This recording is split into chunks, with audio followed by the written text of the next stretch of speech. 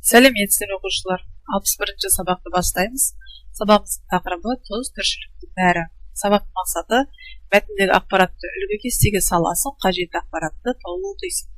Бірінші тапсырма сұрақтарға жауап ізде. Түрлі түсті тұз бар ма? Түрлі түсті тұз жоқ. Тұзды пісіріп жеуге бола ма? Жоқ. Тұзды пісіріп жеуге болмайды, тек оны асқа қосамыз. Тұзды суға салса не болады? Тұзды суға салсақ ол ериді. 1 килограмм тұз ауырма, 1 килограмм мақта ауырма, екеуі тең. Екінші тапсырма түсініп оқы. Тұз. Қазір көптеген тамақ өнімін басқасымен алмастыруға болады. Ал тұзды ештеңемен алмастыра алмайсың. Тұз болмаса, адам ағзасында зат алмасу бұзылады. Әрбір тіршілік иесіне тұз қажет. Тіпті малдарға да арнайы тұз беріледі. Жер қойнауында тұздың қоры жеткілікті. Елімізде тас тұзы ертеден бері өндіріледі. Жер астындағы тұзды алу үшін терең шахталар қазылады. Мұндай тұз қабаттыларының қалыңдығы кейде 1,5 километрге жетеді.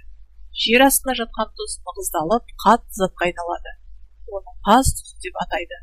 Тұзды кеуіп қалған көлден де тұзды көлден де өндіреді. Әшейіне тұзды көлдің суын сорып, оны айналдырады. Сөйтіп тап-таза аппақ тұз алынады. Бұл кім? Бұл не кітабынан? Ізден 3-ші тапсырма сұрақтардың жауабын мәтіннен тауып жаз.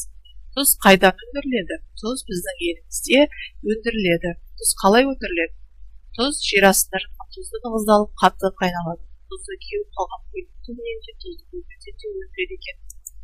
Есіңе сақта, мұғалімнің көмегімен қиын сөздердің мағынасын түсініп ал. Балалар, қиын сөзді есіңде сақтаймыз. Тұзды басқа, тұзды төгіп шашуға болмайды. Қорытындыла. Тұздың адам ағзасына пайдасын түсіндір. Тұз болмаса, адам ағзасындағы зат алмасу бұзылады. Тұзды еш өніммен алмастыра алмайсың. Әрбір тіршілік иесіне тұз қажет, сондықтан тұзды үнемдеуіміз керек. Зертте, үйге тапсырма, үйдегі ас тұздың қаптамасындағы жазумен таныс кестені толтырамыз. Тұз қалай аталады? Ас тұз деп жазылған. Тұзы қандай? Ақ, салмағы қанша? 500 грамм. Тұз қайда өндірілген? Қазақстан. Құрамында қандай заттар бар? Натрий хлориді, түссіз кристалды зат. Тұздың дайындалу мерзімін көрсетіп, бірінші ақпан өндірілді. Сақтау мерзімі қай уақытқа дейін? 3 жылға дейін.